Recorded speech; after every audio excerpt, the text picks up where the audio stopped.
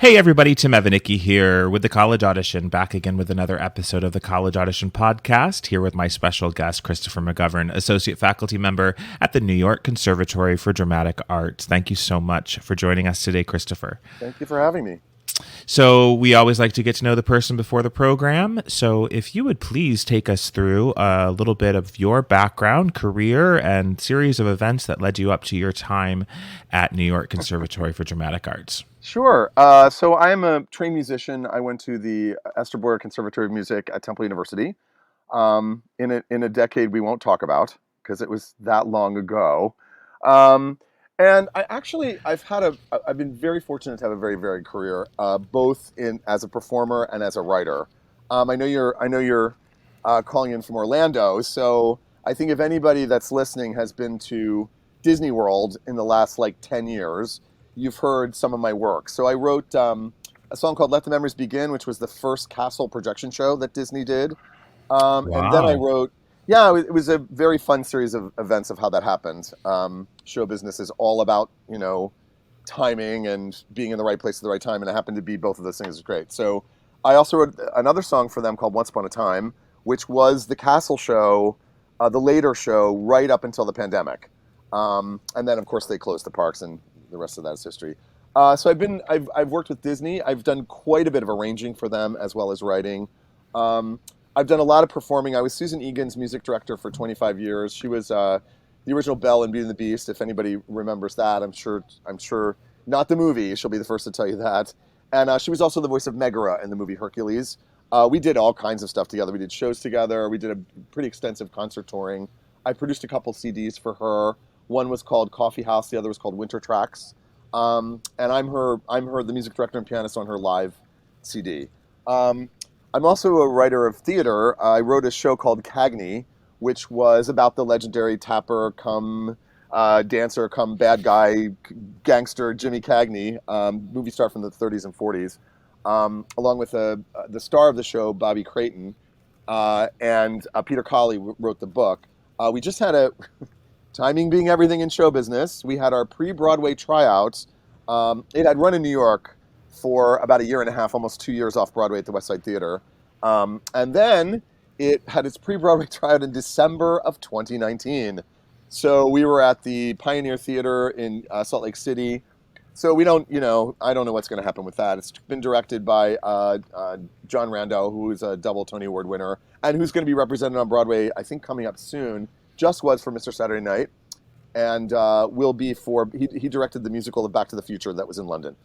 So we just recently had a London workshop for that. We'll see what happens. Who knows? Post-COVID, things are a little bit crazy there. I've also produced CDs for the late Rebecca Luker, sadly, called Leaving Home, and Alison Fraser, who was her cohort, Martha, in The Secret Garden. So that's sort of my background. I've done a lot of theater in New York, but it's also been a lot of writing, a lot of concert work. So I consider myself. I hate to say jack of all trades because that needs to seem like I'm not good at anything, but I have been very fortunate that I've had a varied experience in the profession. And how did it happen that you are now at New York Conservatory for Dramatic Arts? Yeah, it's an interesting. So when I would be out of town, I would also be hooked in with some of the universities. A good example of that would be the University of Arizona. I did a number of shows with the Arizona Theater Company, and they do kind of a hookup with their musical theater students. So actually, some of them appear in the show, and then they have some of the guest artists go in and do master classes with the students in either song interpretation, auditioning, sometimes business of music, sometimes talking more about the practical aspects of theater, headshots, resumes, all of that. So I had done a number of those. I did one of those with Texas Christian. I did one of those University of Arizona, like I said. Susan and I did one of those in Argentina, which was wonderful. We got to perform at the Teatro Astral. She gave a master class, and I gave a master class on the music portion of it. And then we did a concert that evening. It was a wonderful experience. It was just great. And so teaching has always been part of my life. I think music directing is coaching. So even as a professional musical director, I was doing a lot of coaching. So it was about, maybe it was 14 years ago or so, 13 years ago, a theater that I'd spent a lot of time at, Florida Stage, which was in Manalapan, West Palm Beach, they closed. And I had done a lot of work there, including launching original shows of mine. Cagney actually started there, excuse me, in a show that I wrote about Ginger Rogers called Backwards in High Heels, also originated there. They closed their doors. So I thought, that's a signal from the universe. I should maybe stick closer to home. I was getting tired of traveling. The road is rough. So I started teaching at the American Academy of Dramatic Arts, and I was there for quite a bit. I'm still there. I teach in the summers there, and I also teach their third-year company, which is their optional third year. So, and I teach them song interpretation, voice, et cetera, et cetera. I was very fortunate to get headhunted at the New York Conservatory because it was a brand new musical theater program. That's the school itself, as far as film and TV program, has been around for decades, since the 80s. Wonderful woman named Joan founded the school, and it was really because she felt that the students were not being, actors were not being given the kind of real deal. Like, they weren't being trained for the actual business. They were being trained as some sort of academic philosophy rather than how the business actually works. So Lisa Hildebrand, who's the program director for us, was starting. She was in on starting the new musical theater program, and she was looking for faculty that had professional experience. It was very important to her, and it's important to our school, that all of the faculty are either working artists currently or have a big background in the arts as professionals, because it's important that they understand how things really work. And that's what she's done. So she staffed it up with really terrific people that are both great teachers and also have a real sense of what the business is. I mean, as you know, the business changes so rapidly, and in light of COVID, particularly, we had to do a lot of U-turns, and the nature of auditions have changed, and it's just been a big Mm-hmm. challenge. So you really need to have people in there who are trained professionals and have professional experience in the business. So that's been wonderful for me. And I've been involved in helping develop curriculum, in directing some of the projects there, showcases, etc. So I would say that's really my home base now. Although I still do master classes. I still have a couple of classes at the American Academy, but it's MICDA is really my home. And so you just mentioned you direct some shows there. What are the actual classes that you're teaching where students will come into contact with you the most? Yeah, so I teach some private voice. Each of our students gets 10 private voice lessons per semester. Our terms run 14 weeks, so you'll have 10 lessons across that. I teach a course called Studio Performance 1, which is really our first year. We call it our platform year.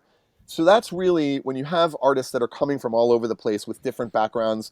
Musical theater kids, as we know, are kind of the type A. So they've probably been in all their shows. They have probably taken lessons and been in dance classes, and they've really pursued this in a kind of general way. So we take that first year to kind of bring us all together on the same page, so we're all speaking the same language. So studio performance is really it's both vocal technique and a little bit of anatomy. I think physical is a singing process, as we know. So I like the students to understand what's going on in their body with the breath, with the larynx, all of that. And then we get them on stage. So it's also about beginning the basics of repertoire building. We go through in pretty extensive detail the kind of things they're going to need when they get out to audition. And that course results in two performances. One that's in the classroom where faculty is invited, and we also Zoom in parents, friends, family, loved ones. So we have a nice online audience as well. And then the second in the second part of the semester, it's an actual live performance that we do that's open to the bigger student population and the public.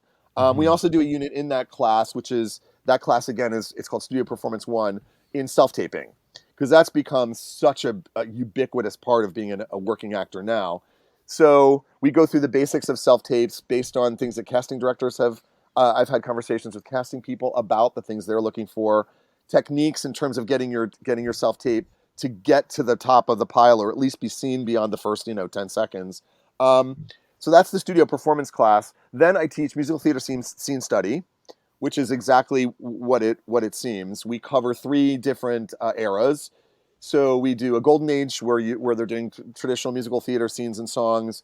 We do a more Sondheim-y kind of that those Sondheim and Andrew Lloyd Webber, to a certain extent Jason Robert Brown, Andrew Lippa, the things that kind of live in that not quite traditional musical theater, but not quite contemporary. And then we do a contemporary section.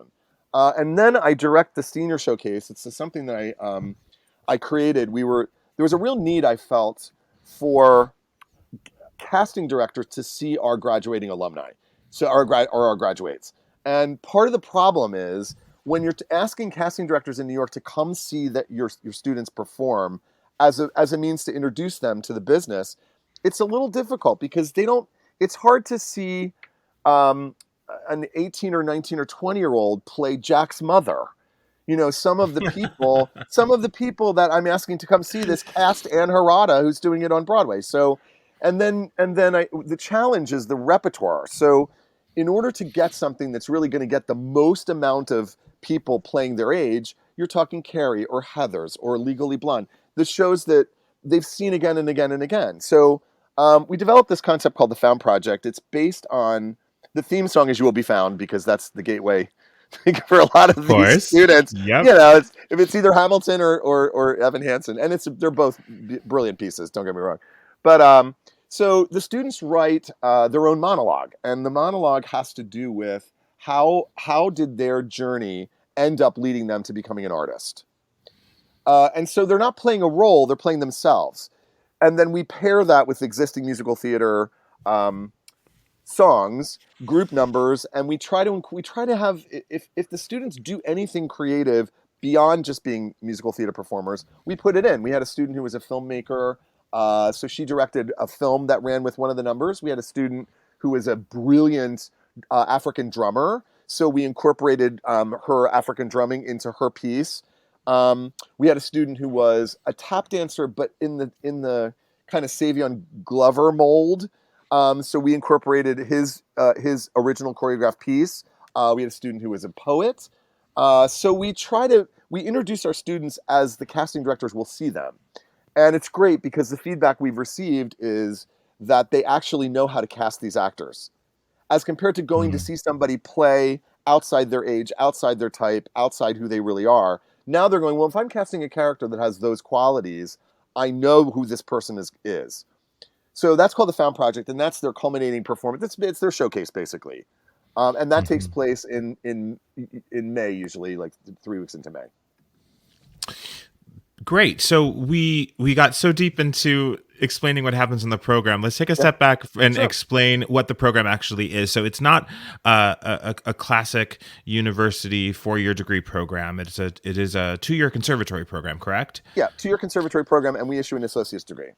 Associate's degree. Yeah, Great. So I am headed to New York Conservatory for my first year for the associate's degree. Can you walk me through what that first year looks like for me as far as curriculum? yeah. You're going to be really busy. You're going to be taking Meisner. We do not screen for dance, so the one place we separate students is by dance ability. So you'll have a screening, some sort of dance screening, where we will put you in a class with students who are similarly appointed in terms of dance ability. You'll have 10 private voice lessons. You'll have musical theater history. You'll have acting with, by the way, our classes they're 16 and under. So we're a relatively small school. Mm-hmm. We know all of our students. You'll have studio performance one with me. You'll have, I think I must be leaving something out. I think that's it. They're very busy. It sounds like it. I said Meisner, right? You did, yeah. Yeah. And then, so first year's done, going into second year and graduating.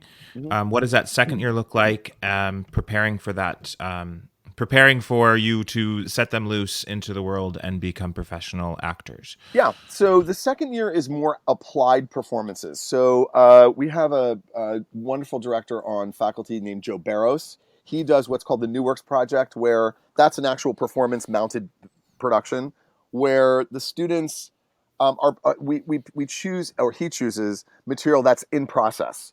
So it would be similar to working on a new musical. And what's great about that is the students are exposed to not only the process of a new musical, but also the process of how it changes, and to writers that could end up writing the next Dear Evan Hansen or the next Avenue Q or the next whatever it Mm-hmm. is. So that will be a performance. You'll have 2 or 3 of each of the things I already talked about. So you'll also have vocal technique 3. You'll have the performance project, you'll have dance, you'll have all the classes that you've had, only to the next advanced level. Then in the second semester, it really hones in on the showcase and hones in on all the performance opportunities that we have. So they'll be doing they'll be working on the Found project. They'll be doing a New Works project of some sort, and that's where we fold in kind of the business classes.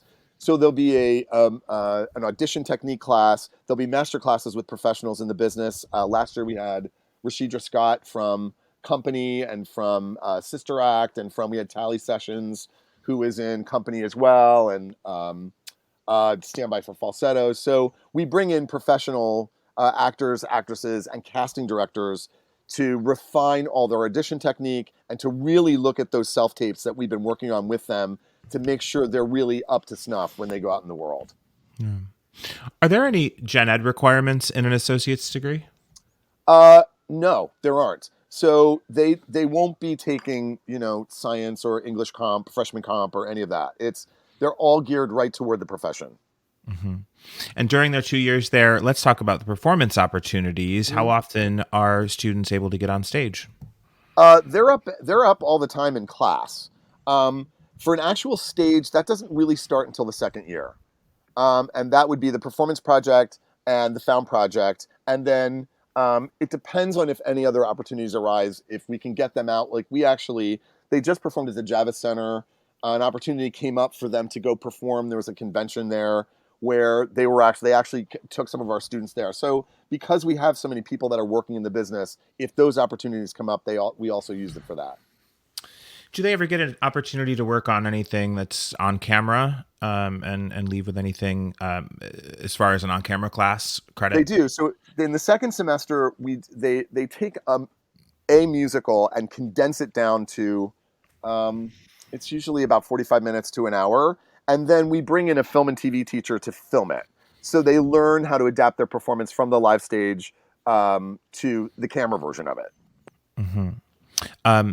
And learning more about New York Conservatory, there is you just mentioned the film and TV program, musical theater program. Are there any other majors there? Yes, there's a brand new program. I believe it's 2 years old, so don't quote me, but someone will tell me. It's called New Media. And that really is in response to the fact that so many actors being able to create your own content is really critical. So that is also why we hooked into them creating these monologues with the Found project, that there's so many more avenues now open to them. YouTube, Apple TV, Amazon Prime. There's all these places where they can get their work seen, and content is king. So we do try to also give them enough opportunity to create their own content that would be another avenue for them to get their work out in the world. The new media major is its own major, but we also try to incorporate some of those elements into the musical theater program because it's so essential that they know how to do that. Right, of course. Now, this is a very long list, but I'm going to ask you for some notable alum that have come through New York Conservatory. Okay, we are a new program, and I do have to say that our first class, we've never had a graduating class graduate into a normal business. Our first graduates were 2020. So they've never had an opportunity to, but I will say we have a couple that I want to talk about that I'm so proud of. Our alum Elijah Lyons, he just booked his first Broadway show, so he's going to be in Sing Street, which it just finished performances. Oh right, that's timeliness, right? It might be on its way to Broadway by the time we speak. But the out of town tryout was in Boston. Right. And we're time traveling again. Sorry, everybody. Yeah. This is February now. Yes, it's so cold out. Anyway, the out of town tryout was in Boston in the summer, and he participated in that. And it's great because he actually happens to play the guitar. So we encourage our students, if they do things like that, if you play the guitar, please play that guitar. Play that guitar while you sing. That was one of the things that booked in the job. Our graduate, Sydney Archibald, is in the National Tour of Hairspray, which it's directed by my friend Matt Lenz, and Keith Thompson is my friend who's a music supervisor. I'm very proud of this graduate. Her name is Jasmine Garvin. she booked the new Ryan Johnson show, which is I don't know if people are not familiar with him. He created Knives Out, which Hmm. was that kind of all-star murder mystery. Anyway, he's come up with this show called Poker Face, which is another murder mystery. She's one of six regular. I from what I've read about it, because it's all new. But by February, it probably is the number one show on television. She's Don't jinx it. she no, I won't, right? So it's called Poker Face, and she's one of the six regular actors that's on it. And that's just this. It's a non-singing role, so we're really proud of her. And our student Sequoia just had his final callback for the Hadestown National Tour. So Great. our students are working, and I'm delighted to see that. Yeah. And what about faculty, other than you on faculty as Mm, notable faculty? Who are some of the other key players that students are going to come in contact with, of course, while they're there, but also maybe while they're auditioning? yeah, sure. So Dawn Cantwell, who's Nessa Rose on Broadway, she's one of the private voice teachers. I mentioned Tally Sessions and Rashidra Scott. They were both in company. Tally teaches private voice, and Rashidra comes in. She comes in the summer to do a master class, and then she does master classes in song interpretation for the second semester, second year. Shireen Babb, who teaches Actors Lab, is in the piano lesson on Broadway right now. Jordan Gelber, who teaches musical theater history and scene study, he was in Mr. Saturday Night. Kyle Norris was the conductor for If Then. He teaches music theory and scene study. Jimmy Smagula is one of our voice teachers too. He's in The Little Mermaid and Phantom. So we have quite a few faculty that are involved in the arts as an ongoing profession. Hmm. And let's talk now about campus and student life. So you are in New York City, so it's obviously an urban campus. But are there dorms? Or is there student housing available that students live on campus? Yeah, they don't live quite on campus. So we're on 19th Street between 5th and 6th Avenue. We have two sets of housing. One is in Brooklyn, and one is on the Upper West Side. So they're a subway ride away. Um, the school itself is three floors of practice rooms, studio rooms, private vocal studios, film and TV studios, fully appointed. And then the students live off campus. There's no actual on campus housing. Uh, and so tell us about that area of New York for those people who might not know what that is or where that is, Yeah, it's as far as the school itself. it's sort of. I mean, I guess it's kind of Chelsea adjacent. Um, Yeah. what's great is it's the Bed Bath and Beyond is right there. There's a Staples right there for their copying. I mean, it's a good neighborhood. It's sandwiched between Chelsea and Gramercy Park. Hmm. Um, and we're within like three subway stops of the Broadway shows, Hmm. and they're within three subway stops of downtown. So it's pretty centrally located, and it's definitely a safe area. Yeah. So I actually don't know. I didn't know that your housing was on the Upper West Side. Where on the Upper West Side Uh, is that? it's 92nd Street Y in that area. Oh, Yeah, okay. Oh, that's a yeah, very safe area. Very nice yeah. area too. It is. Yeah, great. So let's switch gears now and talk about the application and audition process. Sure. We students know that if they're at any state thespian festivals or theater festivals, we usually see a New York Conservatory table there. So talk to us about that recruitment process. Sure. So our admissions team goes on all kinds of events. We also have, in fact, I'll be in Boston this weekend. We also have they're sort of audition tours, meaning that they'll bring a film and TV faculty from the film and TV and a faculty from musical theater, and they will give a sort of a mini demo workshop to the students and/or their parents that attend, and then the auditions are right after that. And then we also have international tours as well. Our assistant artistic director Naima Warden and Rob Baumgartner, who's also on our faculty, are about to go to New Zealand and do a whole down under tour. They were in Spain earlier this year and London, so we definitely get out on the road. Those it it's interesting because during the pandemic there was this hybrid auditioning Zoom kind of moment. We still audition online quite a bit. I do a couple auditions a week over Zoom, and I also audition on the road. So after the students do the workshop, I think it's interesting because they get a really good sense of who we are.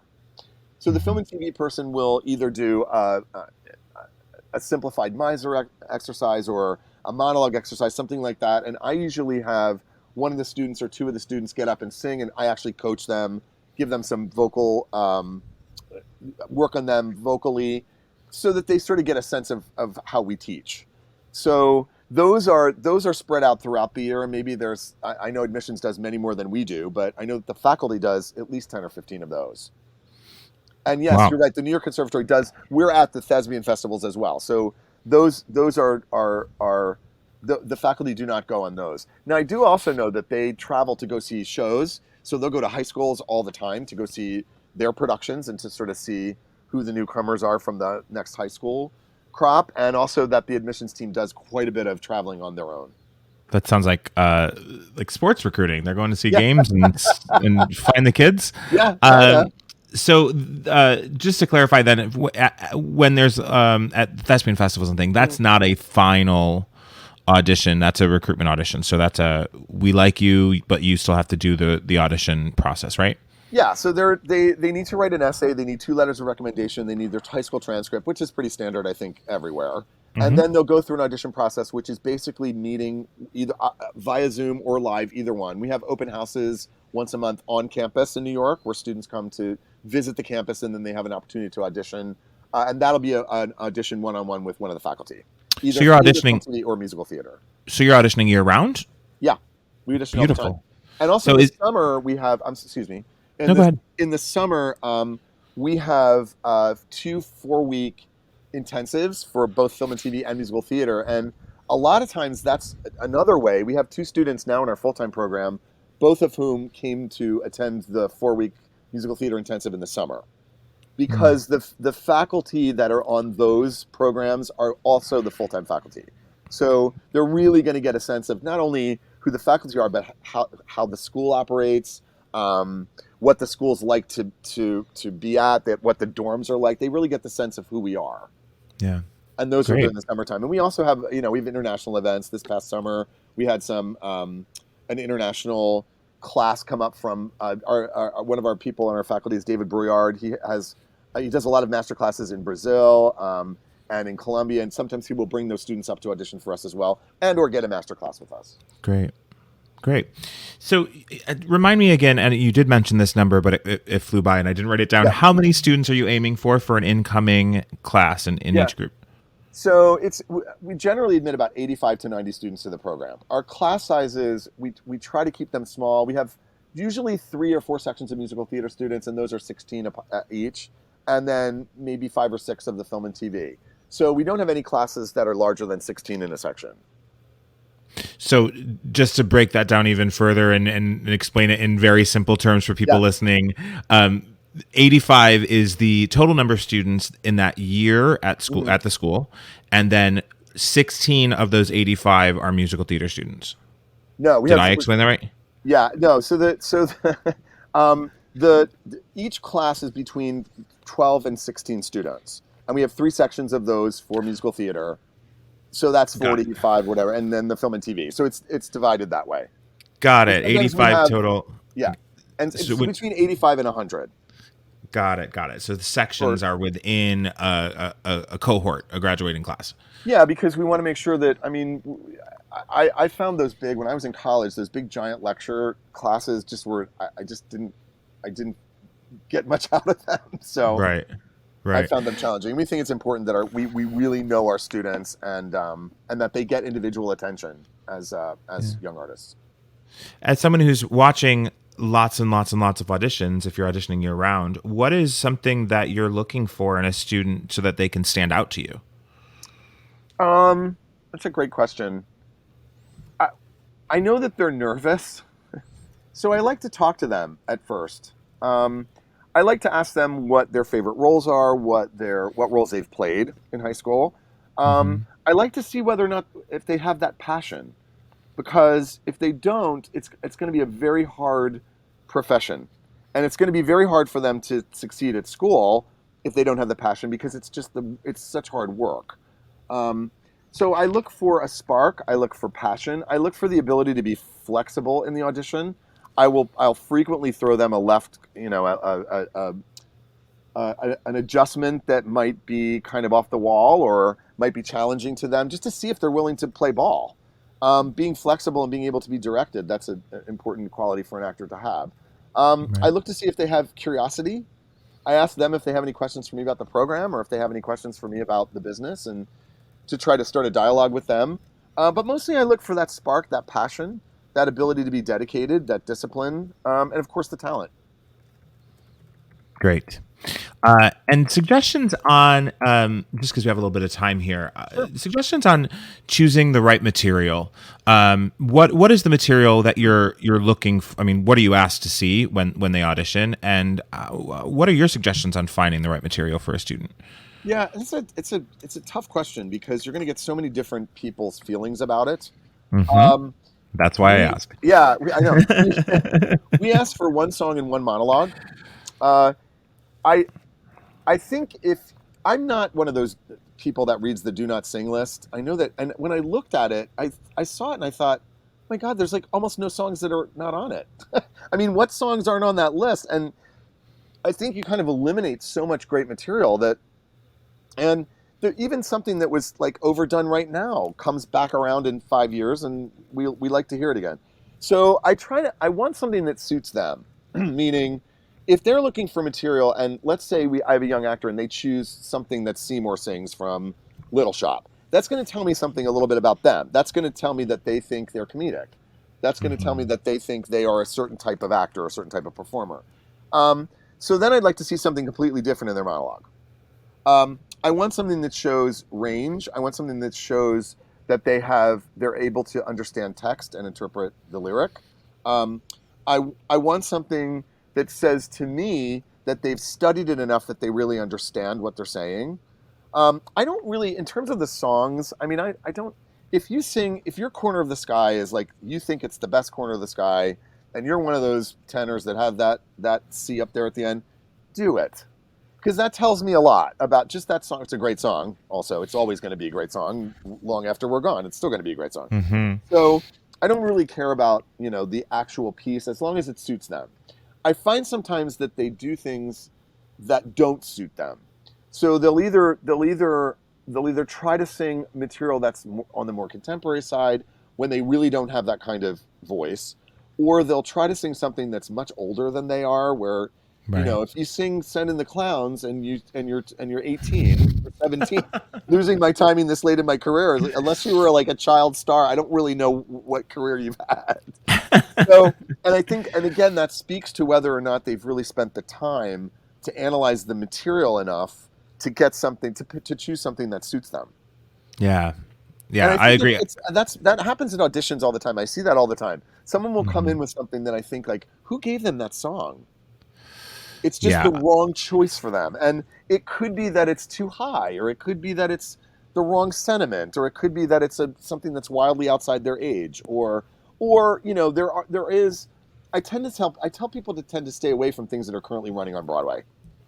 That's a Yeah. especially in the contemporary world. I don't so much care. I mean, Chicago's been running on Broadway for 150 years, so they're never going to be able to avoid that. But I mean, for some of the shows that are really, really current, like I don't need to hear "Waving Through a Window" right now. I don't, Again. even though it just closed. I don't need to hear that. Right.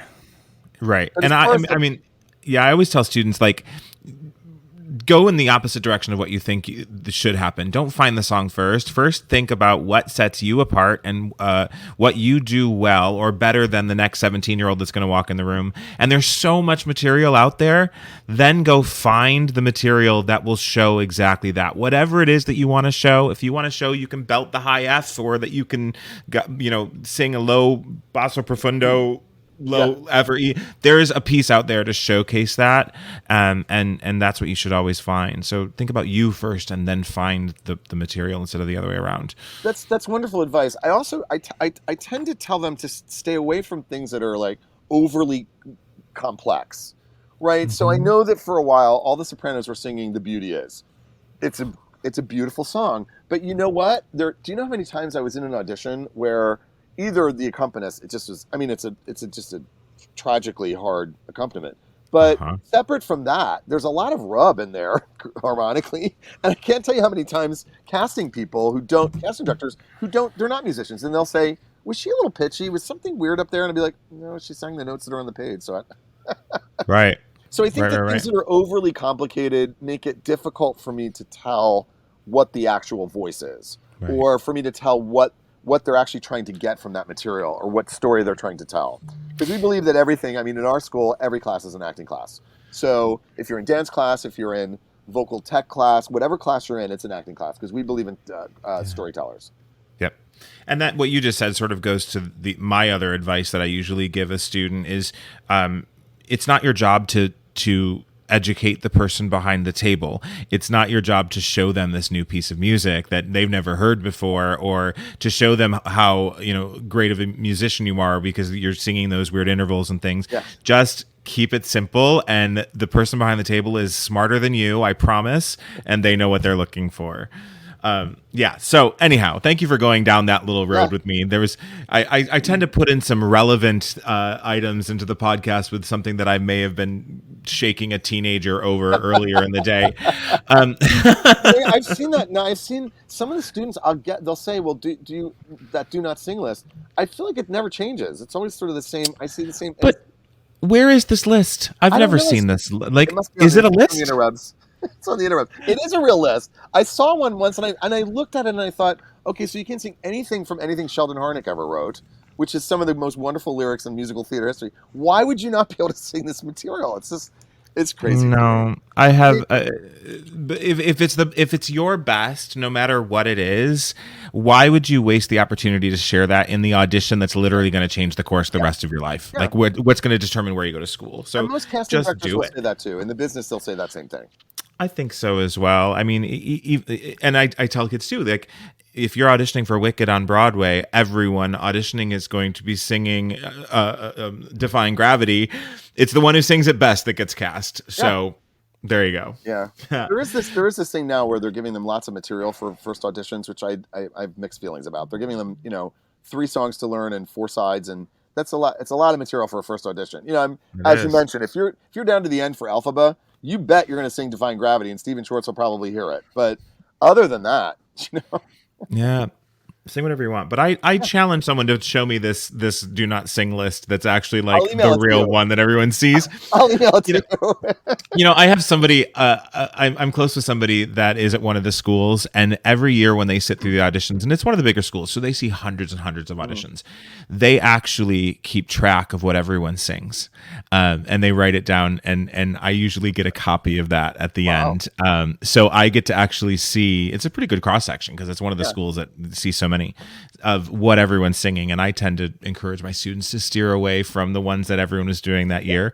But some of the it's funny how even with monologues, there whatever the Google algorithm is every year dictates what monologues everyone's doing. So if you're searching for monologues, don't look on the internet. No. Like if you Google monologues for teenagers and anything that comes up, treat that as something you shouldn't do that year because that's what everyone else is going to do. Also, please read the play. One of the first things that our teachers will say to the students is, "Did you read the play, or do you have a working knowledge?" I mean, for my studio performance class, when they get up before they sing a note, they need to tell the class about the show, the writers, the performance history. If we got any notable performances out of it, if it won Tony Awards, if it was revived, they have to give me a whole mini rundown of that show before they even open their mouth to sing a note. Because there were musicals before Evan Hansen and Hamilton. I know that's a best kept secret, but there were. Right. So they need to understand, where these things came from. I mean, Lin-Manuel Miranda is a student of musical theater. So I think it's important that they understand that, and you can get some good rep from it if you know more about it. Yeah. Well, this podcast could be 3 hours long if we keep going. So let's just say, Christopher, I'm going to ask you what I ask all of my guests as we're starting to wrap up. Tell me something that you're looking forward to. I'm looking forward to the day where we're not worried about COVID as much. I mean, there's always that, someone has the sniffles and suddenly it's like, you get this whole scary moment, and I'm looking forward to that. I'm looking forward to a more sense of normalcy about the business. It's really been rough. I had friends that were standbys in December of last year, the Omicron. I mean, there were times you had 6, 7 standbys on in a Broadway show. I think I'm looking forward to just getting a little bit more of a sense of normality. We were very lucky in the Found Project last year. the restrictions got lifted 2 days before their performance. So it was the first time they had sung together all year. It's just in one room because half them were on Zoom and half them were live. That's how we did it to get the show rehearsed. But I guess that's what I'm really looking forward to. I'm looking for that sort of sense of because I feel like their students, these younger people, aren't really getting, like, they should stand in a line of 400 people and know what that's like, right? An open call. They should have to do it too. And that's the sense of normalcy, because I think the more we're disconnected, the more we're Zoomed, the more we're self-tapes, the more it's a live, we're doing something that's meant to be presented live on stage. It's really a challenge to kind of continually adapt to those modifications. So that's I'm looking forward to a sense of normal. Well said. I agree 100%. If students or parents want to learn anything else about New York Conservatory of Dramatic Arts, what's the best way to get in touch? So just go to the website. There's all that information is there, and we have a wonderful admissions team. They're knowledgeable. Most of them are themselves either former actors, or they know the industry and they know the educational side of it. So they are very helpful in guiding the students through the process. Beautiful. Well, Mr. Christopher McGovern, thank you so much for joining us today. It was really a great chat, and I look forward to seeing you around here real soon. Thanks. All right. Thank you. Take care. Bye-bye. For more information on the exciting training, workshops, and resources we have to offer at the College Audition, please visit us online at www.thecollegeaudition.com or follow us on Facebook, Instagram, TikTok, and YouTube.